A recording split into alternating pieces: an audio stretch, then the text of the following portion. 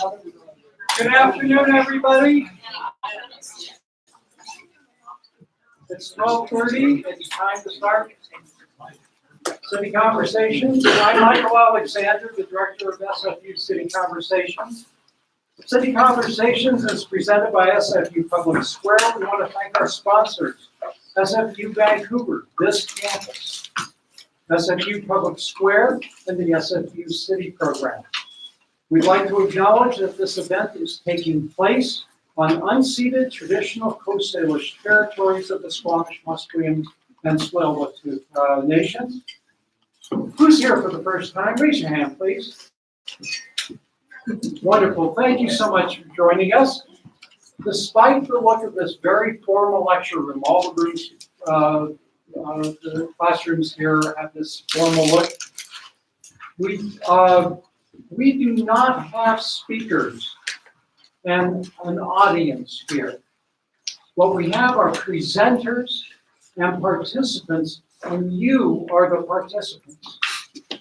The presenters are going to briefly frame the conversation, but most of the time is for your questions, but particularly for your opinions, your observations, not just questions to them, but what you think. Okay? The point is we want to encourage conversation. If you brought your lunch, thank you. It's not rude to eat your lunch at City Conversations. It's lunchtime. If you're tweeting, the hashtag is @CityCom. Today we're going to ask the question, are we going to have a city without artists? It's an old urban story. A low-rent neighborhood attracts artists. They make the area hip, which attracts people with more money. As property values increase, the artists are pushed out. Vancouver has the highest density of artists per capita in Canada, but they've lost nearly 400,000 square feet of studio space in the past decade alone. And while their median rental rates have increased more than 65% at the same time. The Eastside Culture Crawl Society alarmed at the increasing conversion of light industrial buildings to condominiums. And with 77% of remaining artists looking to relocate, produced a document called A City Without Art, No Net Loss Plus. A report that documents the changes and called for no net loss of existing spaces plus more nonprofit and community ownership and other strategies.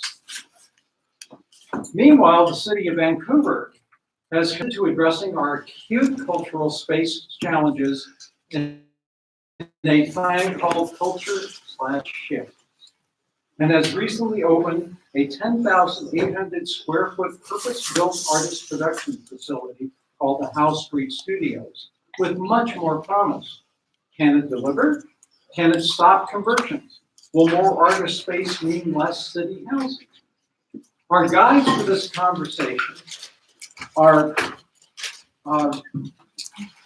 Eric Ishii, formerly evicted painter, and director of Eastside Studios and the 901 Artists Cooperative. Brian McVeigh, who's the executive director of the nonprofit organization 221A, which manages the new Howe Street Studios, Vancouver's first city-owned multi-artist studio spaces, and Michael Vandermeer, a sculptor, trained in nuclear physics, by the way, that's what I did at first, with ID Creative on Granville Island and representing Friends of Granville Island. So, Michael, you're going to go first. All right. And you're on. Thank you. Okay, I'm going to set my phone here. All right. The microphones aren't amplified, they just are for the web, so it's a bit confusing, so everyone knows. So it's kind of, there's a YouTube audience, it's more important. Well, thank you. My name is Michael Vandermeer, and I, along with my partner Cheryl Hamilton, have had a studio on Granville Island for the last 20 years. And, you know, I know we have a crisis in the city when it comes to arts. I'm going to focus on Granville Island, first off, because it's what I know best, but also because I think Granville Island holds immense promise for solving this problem that we have in Granville Island, or in Vancouver. So first off, I'm going to say that we need to not be passive. So hopefully by the end of the talk, you'll be motivated, you'll be like, sign me up, I'm marching on City Hall or whatever you need to do. The government has made a number of promises over the years. The federal government has, and the city has as well. I'm not going to talk about those. So I'm going to read some of those to you later, and hopefully we're going to hold them to their word. There was an error in the program said I was a representative of Friends of Granville Island, which I'm not. I'm a member. They're a great organization. So I would encourage you all join them. I've joined them. If you want your voice to be amplified and be part of an organization that's I'm finding very organized and hardworking, join them because they could use your help. They will help your voice be amplified.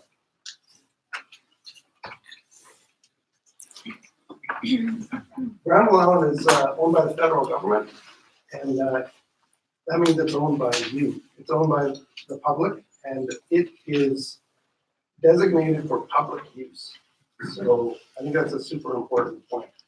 A lot of people think of it as a shopping district, but it's actually for public use. So that means arts and culture, as far as I'm concerned.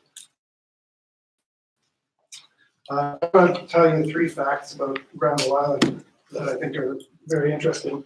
So that land and all the buildings on it were paid off 30 years ago. So there's no money owed. They only have to cover operating expenses, maintenance expenses. The second fact is it's designated, like I said, for public use. And what was my third point? Sorry. Oh yeah, and it doesn't have to follow, because it's federal land, it doesn't have to follow the zoning or taxation rules that are killing the arts in the rest of Vancouver. So I think that's really important for us to remember. So just think of that again. It's 38 acres of land. It's all been paid off.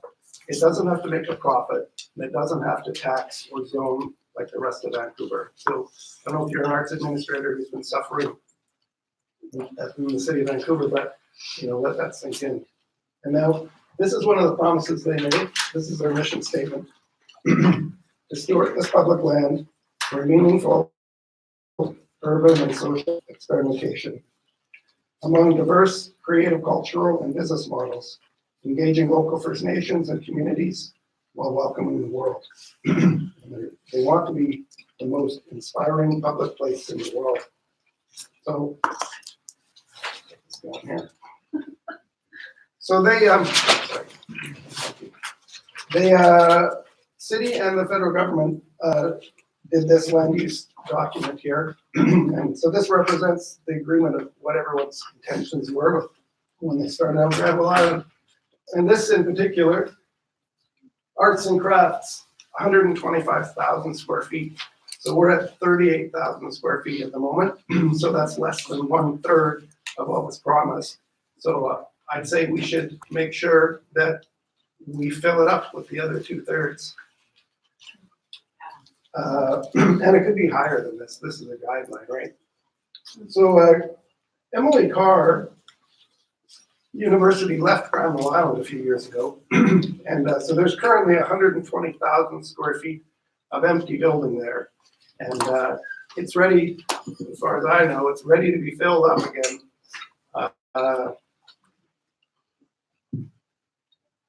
Now, CMHC, who runs Granville Island on your behalf, they like to talk about numbers.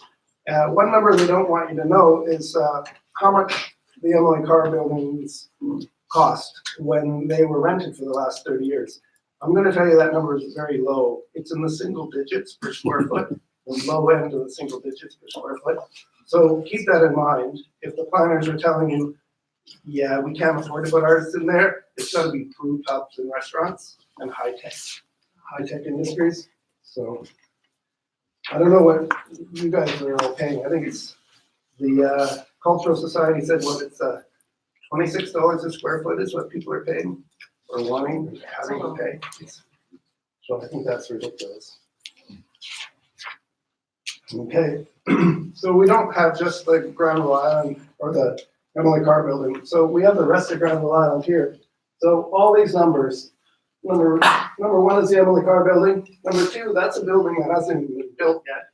Number three, Arts Umbrella, they're moving into a new building. And so they have a 15,000 square foot building that will soon be empty.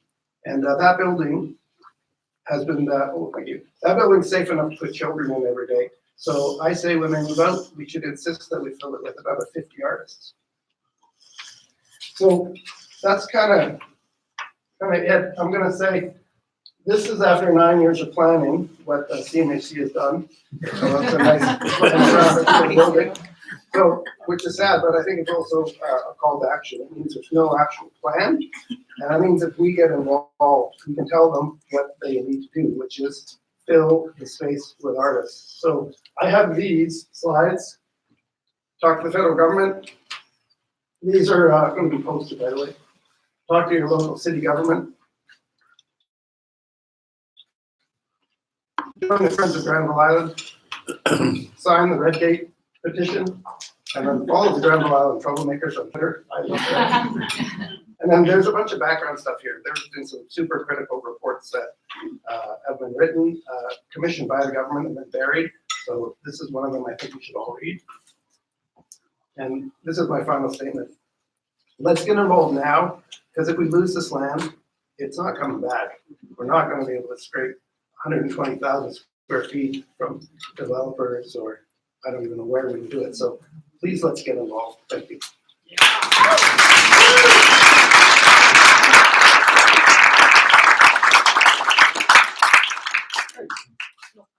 Thank you so much. Eri Ishii. Hi, my name is Eri Ishii. I'm the formerly evicted painter. I am a studio director of 901 Artists Corp. I'm going to tell you the story of how we became a corp. About 12 years ago, 901 Main, and thank you, Michael, for doing all the slides. I just came back from Japan and didn't have time, so he did all the graphics for me, so thank you. You're gonna have a 901 Main. I was in the studio for about 12 years, and the building has been a studio building for over 35 years. One day I went to the studio in the morning, and there's a letter from the landlord saying, "I'm sorry, we sold the building to the developer." I remember that day. I went into my space and I said to myself, I'm not going to go down without a fight. So there begins this long campaign. We organized a presentation at City Council. We had meetings everywhere. We did petitions. We did all flyers everywhere. And what was most moving for me is that people that I didn't know, that we didn't know, came out of nowhere and just supported us. We had thousands of people signing on our petition. During one Eastside Culture Crawl, I all of a sudden started seeing people walking around with a coffee thing, with a coffee sleeve saying, "Save 901 Main." And I said, where did that come from? And some graphic student artists heard about us, made a sleeve, and distributed to everybody. And it was all like that. Like people just came out of nowhere. It was like really amazing. We had a 2 city council presentation. The city didn't know. The first time we went to the city meeting, 3 of us went there. The city had no idea that the 901 Main has been a studio. The Eastside Culture Crawl, we routinely had about 1,500 to 2,000 people during the Culture Crawl weekend, but the city had no idea. And they were like, what are we going to do with these people? And we talked to all the media. We had a very successful media campaign. We got covered by CBC, Vancouver Sun, Globe and Mail, Courier, Georgia Strait. one day I went to the studio and someone said, Ari, CBC TV's here. And I said, yeah, sure, bring it on. Anyway, so we had a really quite successful media campaign, I have to say. And, but the city said, we can't do anything for you because you're individual artists. You have no right. Because we didn't have a lease, right? We just paying individually to the landlord. So I said, fine, I'll form a co-op. And somebody said, you can be a co-op with 3 people. So that's where we started. I had 3 other artists, and then we convinced people. It was a lot of work to convince artists because artists don't want to be grouped. They don't want to be, they feel like they don't want to be in a co-op, and they don't want to do work, and they don't want to go to the meetings and all that stuff. So I just have to say, look, this is going to help you doing more of what you love to do. I don't want to change what we do. I want to help everybody do what we love more and more easily. So people came on board, and we formed the co-op. I made it sound really easy and short because I only have 7 minutes to talk, but it took about 5 months probably to become a co-op. BC Co-op Association helped us, Vancity helped us, and they gave us grants. We collected money from people donated. Anyway, so we became co-op and we started negotiation with developer. I don't know if I'm allowed to say the name of the developer, but I'm going to. It's Amazon. Brian says thank you. Known as my nemesis, but anyway, don't say that. Oh, it's on YouTube. Oh well. Oh well. Anyway, oops.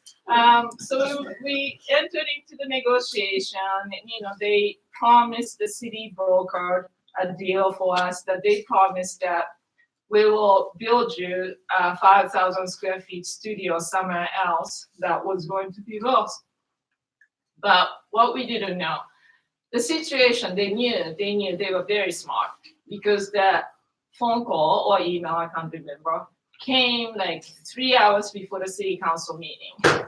It was this big document attached to it. And they said, you have 3 hours to either accept or not accept. If you don't accept, it's out the window. And we're a bunch of artists, right? And there's this, 25 pages, 30 pages, big documents. I called around night, and it was a weekday afternoon. They knew what they were doing. So I called around, got hold of maybe 2-3 people. We all looked through really quickly, and everybody said, I think this is a good thing. You should accept. So I have my doubt, but what do I know?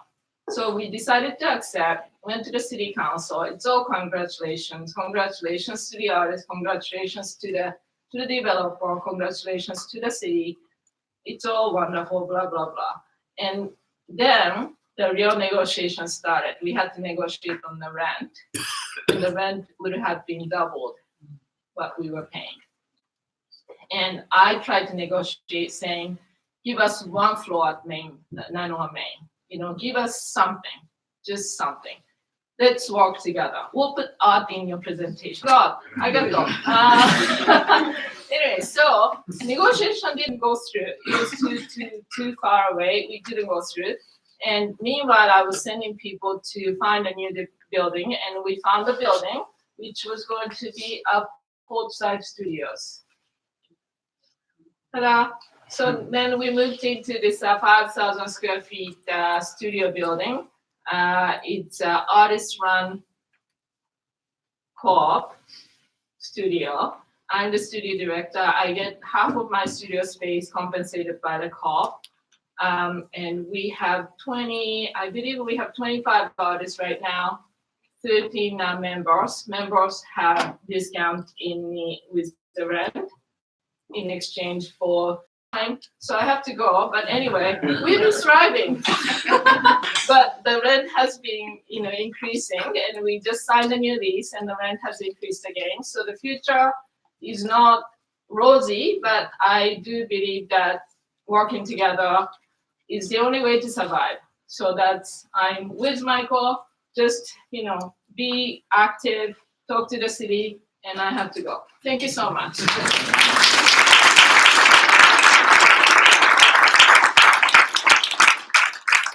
Thank you, Ari. Brian, McVeigh, you are on. Thank you. Sure. Thank you very much for having me. I was told earlier I'm somehow representing the city. I want to start by saying I'm not representing the city.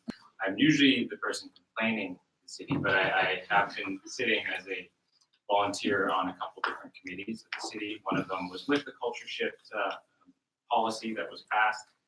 And the recent Howe Street Studios, which was mentioned earlier, it's downtown. It's an incredible 10,000 square foot space that's got a cost recovery model built in. It's got $850,000 put aside as a maintenance reserve in the event of capital recapitalization. All sorts of great features like that. I will also say, though, just from the tone of my voice, it's a little bit mediocre in terms of the city-wide scale. So thinking in terms of how we imagine the city and the future of the city, I was happy to see the topic, a city without artists, because it presumes a specific kind of myth that I am happy to, a little bit unpopular, but have to talk a bit about, which is that artists are automatically most likely low income. And this is, of course, from my experience, very much true, but I'll do a little bit of criticism today on actually the role of the larger art institutions in Canada and the way cultural policy shapes the arts. So just by way of a little bit of introduction, aside from sitting on this policy committee with the city around arts and culture, I was appointed to the board of the National Gallery of Canada, where I get to see kind of at the highest level an institution from the 1880s that really came of age, through a colonial process in wartime, and then since the 1990s has seen a period of sort of stagnancy, which is quite well known across Canada as this kind of structural deficit. So very little funding has been introduced into the art sector, and there's been quite a bit of incentives put towards art institutions raising funds privately. So you see organizations like the Vancouver Art Gallery with 5 or 6 million and these numbers are ballpark, sorry, YouTube, in public sector funding, and a huge proportion of it in private revenue. So you'll see increases in admission fees, but also a new kind of high net worth individuals coming into institutions. As a result, you have developers and other types of folks who are generating a lot of funds involved in actually shaping the cultural sector. So today, what I would like to do is just think about art and democracy, and basically that the best art comes from democracy, not from fascism. And actually thinking of art as being separate from the rest of society is actually a problem. It's something that I think needs to be changed. And so one kind of radical idea is, and this is, I get in trouble sometimes because I just want to say artists and art organizations are doing great work out there, especially small organizations. It's like small business compared to corporations. The radical idea is, art should be working more with social infrastructure. There needs to be a reciprocal relationship between the health of art institutions, artists, as well as the city and people in the city. So refugee housing, Indigenous language school, those can actually be parts of the Vancouver Art Gallery if the city is willing to accept that, rather than presuming it needs to be in its own space and dedicated to a certain kind of elite, because artists will exist in the city regardless of how expensive it becomes. It's just what type of artists are we talking about. And I think ultimately Canada benefits from a culture where everyone has access to make culture and be a part of culture. So how much more time do I have? I think you have 3 minutes, okay. So there's a couple of things I guess I can get into a little bit, which is with rates. There's also a myth that artists have, similar to thinking about places like Granville Island or these other spaces, that they are sort of subject to market forces, and like places like, I think there was this topic on the tagline said, old story, artists move into a community, they do stuff that makes it cool, and then boom, they get kicked out, and in comes a gentry, a new wave of people. I think that in fact, the city within the DNA of the planning has actually predetermined this kind of process. So it's not this kind of innocent space that's fallow and people come in and they make a small adjustment and then they're sort of naively taking advantage of there's hundreds of people in sort of developer positions that are staking claims on areas of the city alongside zoning processes. So it's a much longer process and much more complicated than that old story that we hear about. That's not to say there's no complicity of artists in these neighborhoods. And it just gets more and more complicated. So the organization I work with, we manage 6 properties across the city. 4 of those properties are in the downtown east side, where we not only talk about poverty, but also we're dealing with cultural sort of history, so cultural erasure. So in Chinatown, where a lot of, well, my family's from, as well as a number of artists have existed for decades. You know, it's not for hundreds of years since the beginning of this corporate entity we know of Vancouver. In Chinatown, we're also dealing with thinking about art and Orientalism, about culture being used in development.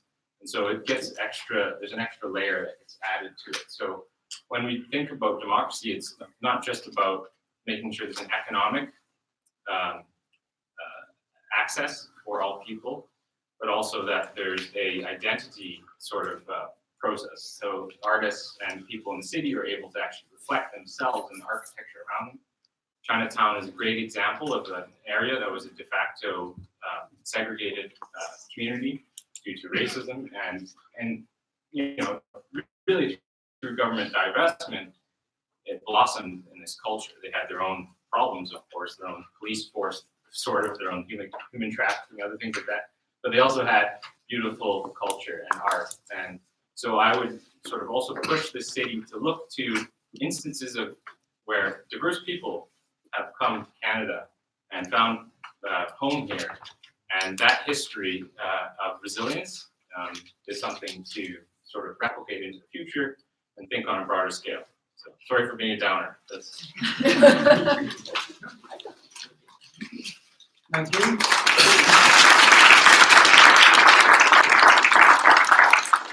Okay, participants, all of you, it's your turn. Ask questions, but particularly if you have an observation, if you have an opinion, we want to hear from you. We can start right here.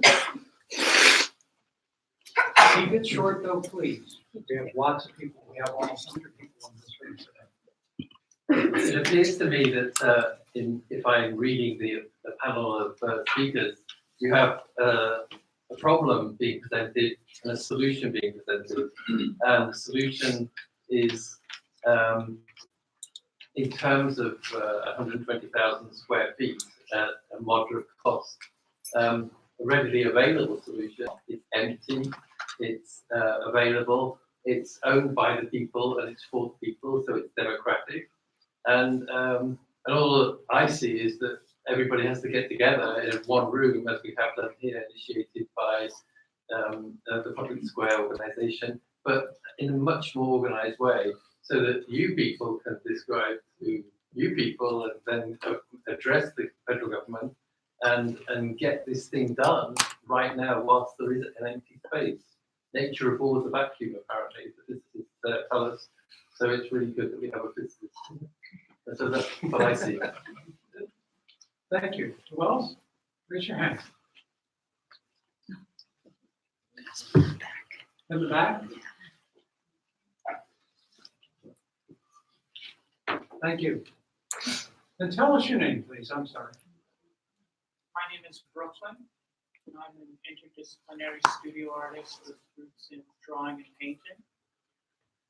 And it's not just a problem of space, it's also a problem of ideological cementation. And in 2014, I went searching for what I called at the time a philology of visual language, because I was disillusioned with the incoherences of conceptual art practice. And I found that philology ready-made for me in the ancient practice of heraldry, which is the shields and the flags of knights. And I get told that heraldry is a loaded weapon. And I get told that I'm working with white supremacy. And it's not about racism, it's about language. Because an heraldic work does not need the artist to be in attendance in order for the viewer to understand it. It doesn't need a didactic on the wall to explain it. If you don't know what a thistle slipped and leaved proper, or a rose barbed and seeded proper means, you could just look those up in the dictionary. And almost a year to the date, in this space, at a talk called Free Speech in the Arts, there was a speaker who was advocating for my censorship because this speaker took my art personally and offensively. And this speaker said, I'm a socialist, but when it comes to art, now I'm a free market capitalist because bad artists deserve to starve. Thank you. Thank you. Somebody else? Over here, please. Hi, my name's Peter Braun. I'm a master printer. I have a studio for 36 years on Granville Island. I've seen the place change radically in the last 10 years particularly. And what Mike is talking about, the artist tenants on the island are sitting there watching 8 spaces sit empty for years, and now they're making pop-ups because it's the trendy thing, but they don't even realize pop-ups are already passé. One of the things that's happened, I had the opportunity in 1999 and 2000 to work with one of the most successful master printmakers of the 20th century. He sold his entire shop to the Singapore government because the Singapore government for 5 years prior to that had researched all around the world at the most efficient, effective way to raise money and create an economy without any natural resources, without any products, other than educated people. Singapore is a small 32-mile country island. They spent $50 million on the print shop that I helped build and train Singaporeans. They also built a huge international opera center and an opera. They built a theater building along with a theater company, a design company. They started 2 universities. They pushed the arts in 2000. And now it's actually making money. And I came back to Vancouver to only find the artists getting killed off here. And now the city is so hell-bent on making money through developing properties.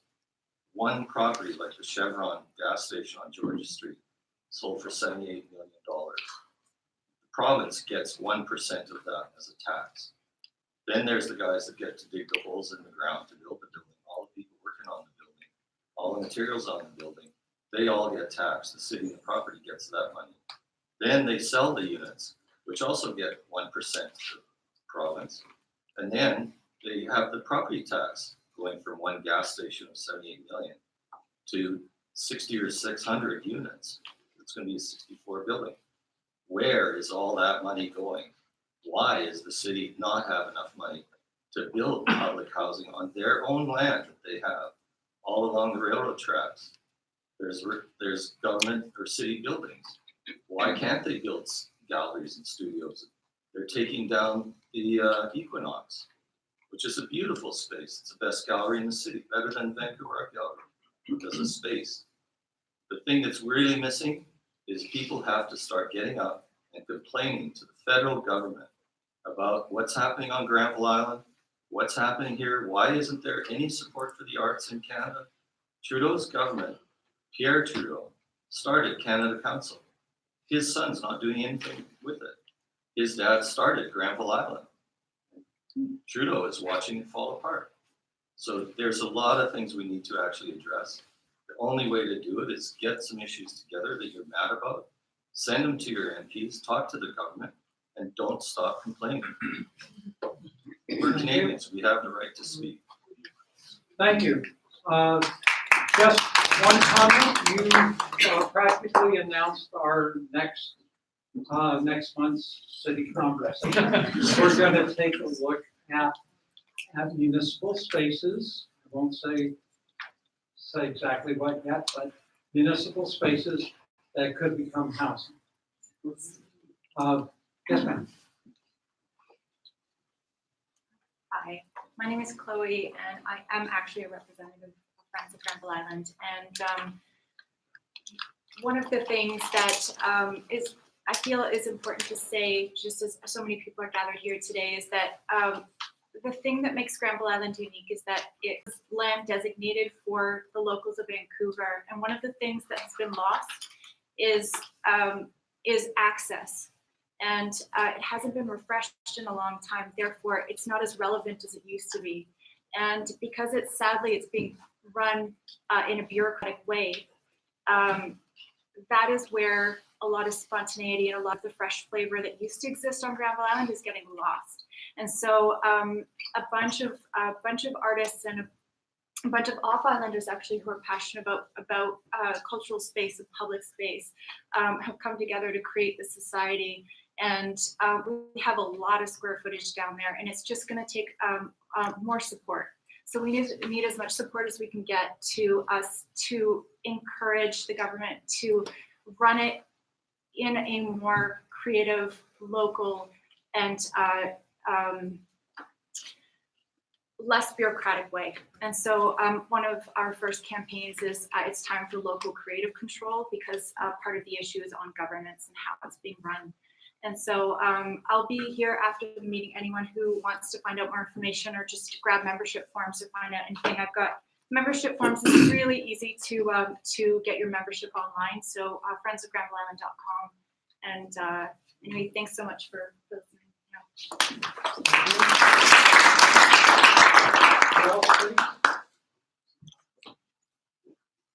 Over here. Thank you. And your name, please?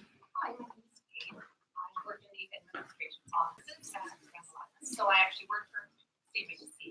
Mike, you and I never met before. Nice to meet you. Okay. Hi, Cheryl. Hi, Kate. Hi, Landlords. So I wanted to just talk a little bit about the arts. The Arts and Innovation Hub, what we have been calling the former Emily Carr building. So that building was used for single educational use for, did you really hear me? No. The old Emily Carr building was used for single educational use for 40 years. 40 years is a magic number. That was the last time Granville Island had any revenue from any level of government, city, federal, municipal. So the Emily Carr building code has not been upgraded for 40 years. So three things happened in that building. First of all, when Emily Carr University left, and we knew we didn't have the space for that building on the island, we knew we did not want it to be a single-use sort of private establishment that the public could not walk in and out of.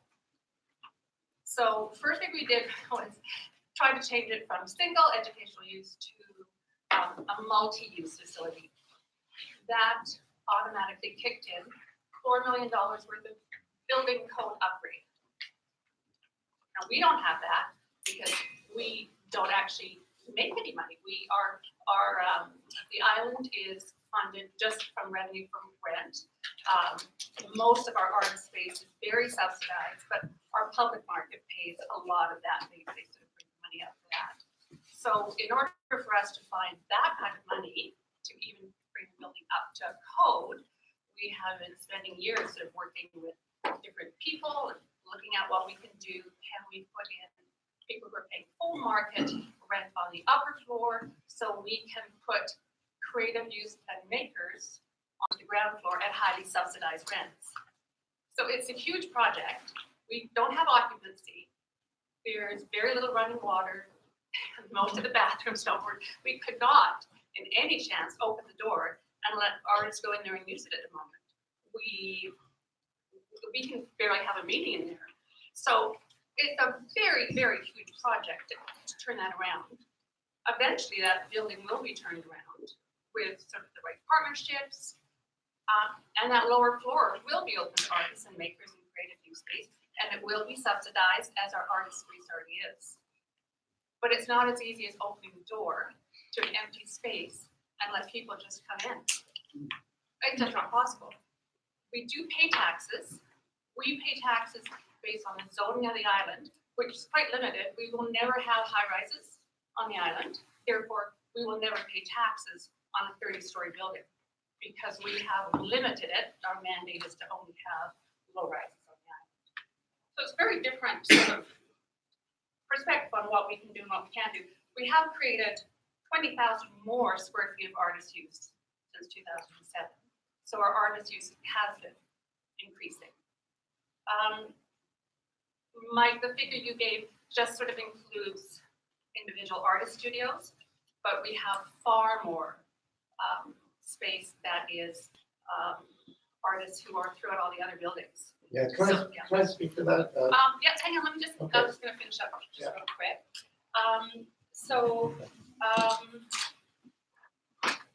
We do follow building code, 100% building code. So when we need to do an upgrade to code on something like the old family car building, we're looking at in the millions of dollars to do that. Because we don't get any funding from the government, from the city, from municipal, from the province, from the feds, and we haven't for 40 years. We have been 100% self-sustainable for 40 years. We need to somehow come up with that money just to upgrade the code. That's before we turn it into small sort of uni spaces.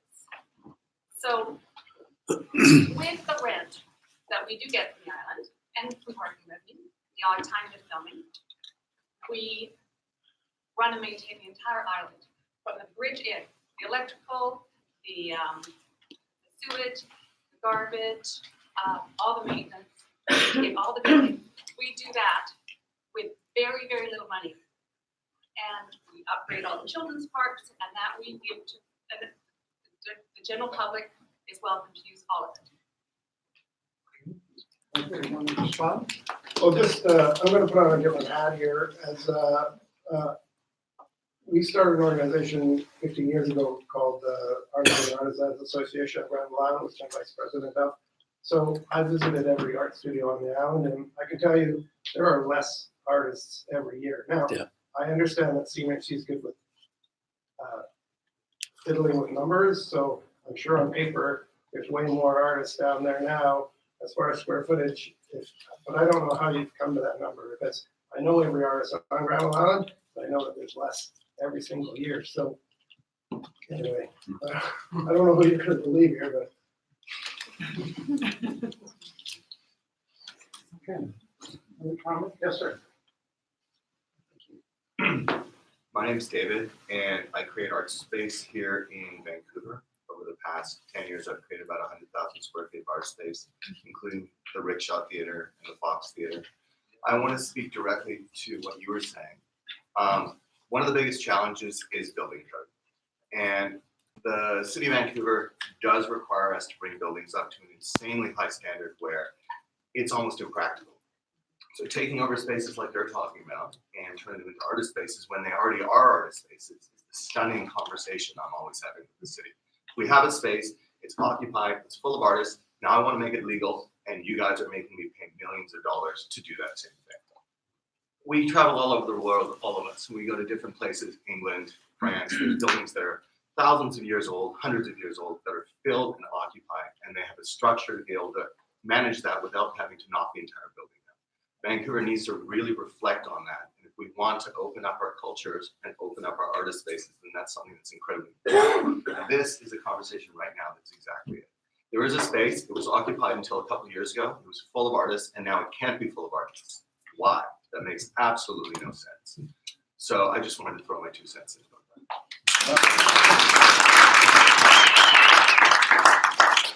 that. We should remember that CMHC Granville Island is federal land, so that level of government is above the city of Vancouver. So I know CMHC has a gentleman's agreement that they're going to bring everything up to code, but they can actually do whatever they want to. I mean, I'm not saying, oh, let's make it a dangerous ward that's gonna burn down or something, but I mean, we have 1,000 parkland.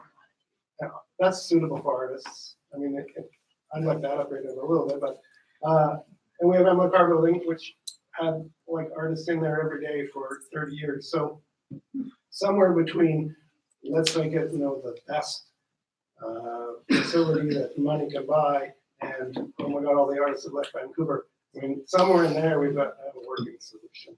Just look at Howe Street. The space that Howe Street has is occupied Hold by on. an Can we get a mic to you? And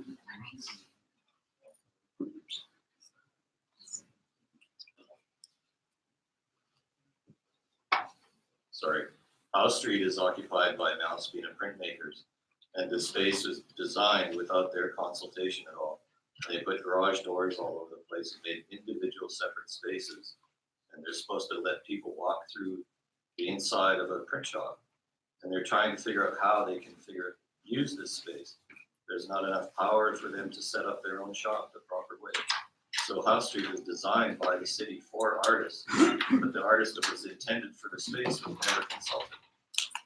That's how things are happening. Eric? Sorry. I just have to comment on that because the artists were consulted in developing that studio, but it wasn't like we didn't know. Nobody knew who was going to be in the studio, right? So we didn't know. Nobody knew that Malaspina was going to be there. But there was a consultation phase where some artists were invited to be consulted. So the problem is You wanna that speak to that? purpose-built, that spaces are not purpose-built for specific people or specific groups, and people have different needs. I think Brian.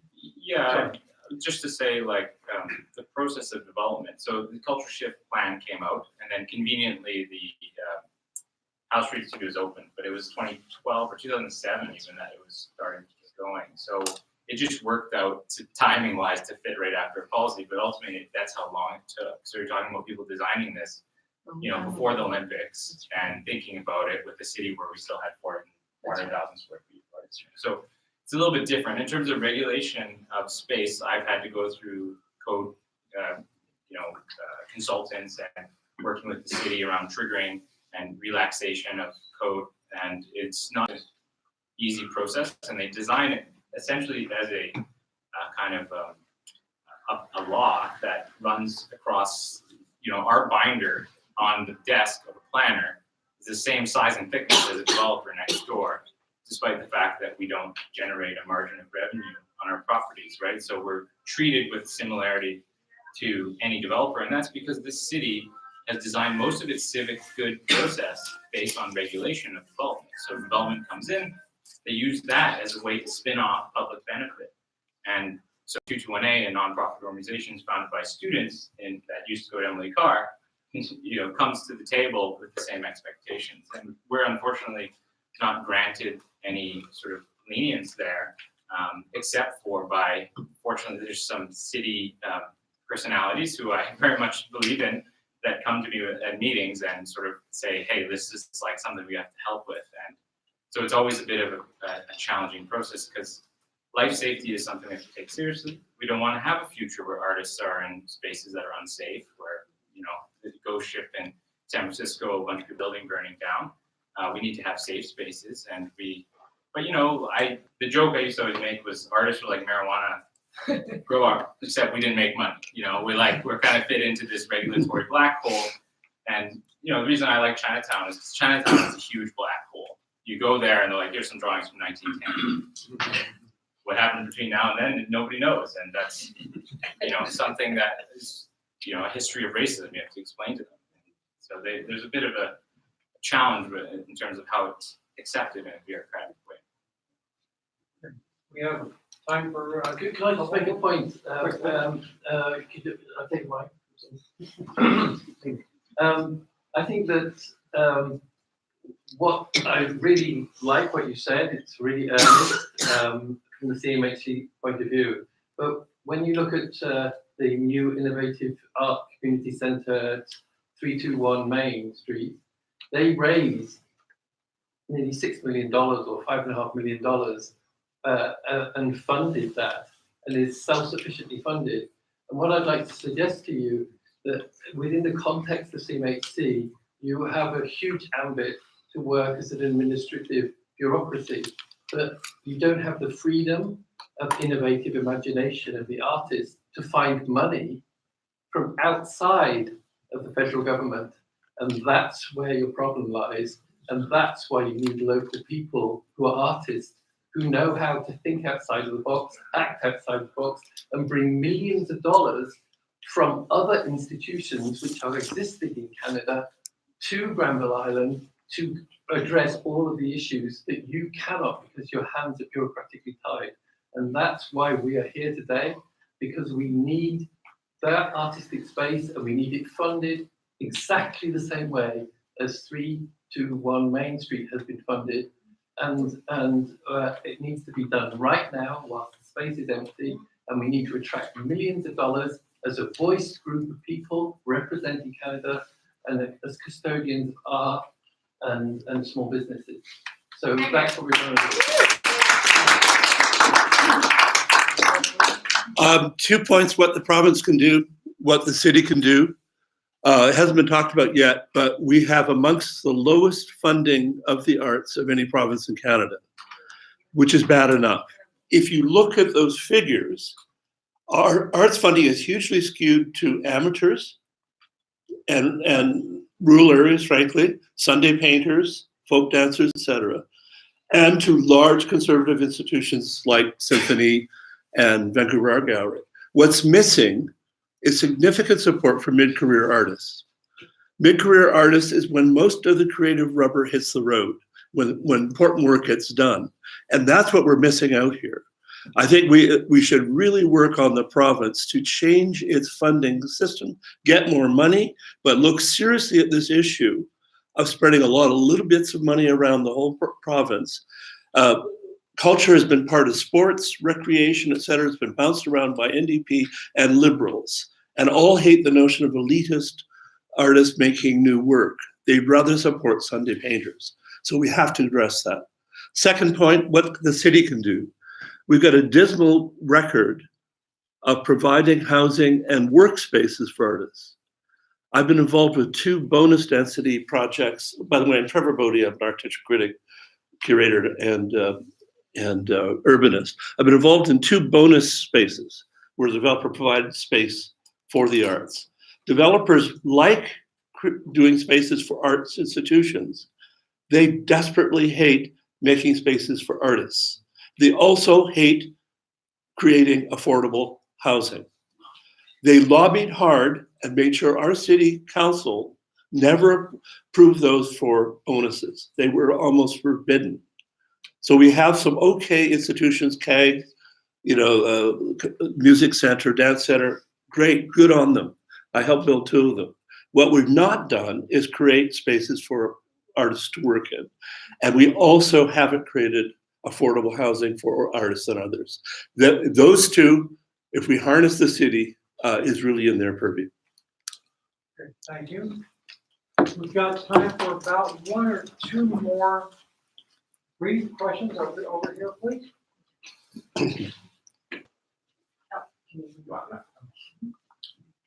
Hi, my name is Lori, and I'm an artist. In the past, I actually worked at Beaumont. And so now I'm actually working in Chinatown. And I think the one thing that I've noticed is that there's sort of like a triple net tax system going on, where my landlord is actually taking that taxes and utilizing that, and everything, like putting taxes on every single thing that you can possibly tax. And so you know, for maintenance taxes, for whatever property taxes, and so I'm getting taxed to death. So that's, the cost keeps rising every single year, and it makes it impossible. So you're spending money on the taxes as opposed to your art. So I think what we need to do is that we really need to go to the city, and we really need to get them to pay attention and listen. That's it. I'm going to hazard, I'm going to step in for just a moment. I'm going to hazard that what you're talking about is that when you rent a commercial space, what artists rent, that the landlord passes taxes, insurance, and other expenses directly on to the renter. This is a problem not just for artists, but for everybody running a small business, because they wind up paying not just for the building that they're in, but for the potential of what that building could become, what that land could house. So if you're in a two-story building that's Yes. zoned for a 60-story tower, you're going to be paying taxes on the 60-story tower. There's a big conversation, pro and con, about that. We'll probably have that conversation later this year, because it is a very difficult and contentious subject, and there's no easy answer. We've got time for one more, please. Yes, ma'am, over here. And very brief, we've got 1 minute left. Yeah, I just want to make a comment And about, your name? my name's Amy. I worked on Grand Island for a few years, but it's not necessarily about that. It's just about the bigger picture of this conversation, because I think it's pretty compelling. And I think sometimes it's tempting to think about art or artists as something kind of superficial, like a painting on a wall or the surface of something that looks pretty. And I think that probably most of us in this room have experienced art or had art transform something in our lives, and maybe we have a better understanding of what it means to live in a city without art or without artists. And part of what's squeezing our city right now is the economic pressure, and what that means for a lot of people in a practical way is a lack of leisure. And we know that in a lot of societies, the greatest societies, there was more leisure and more time to create and more time to dream and bring about the important things in the society. So I think something to think about is what it really means and what the deeper implications of this are for us as people.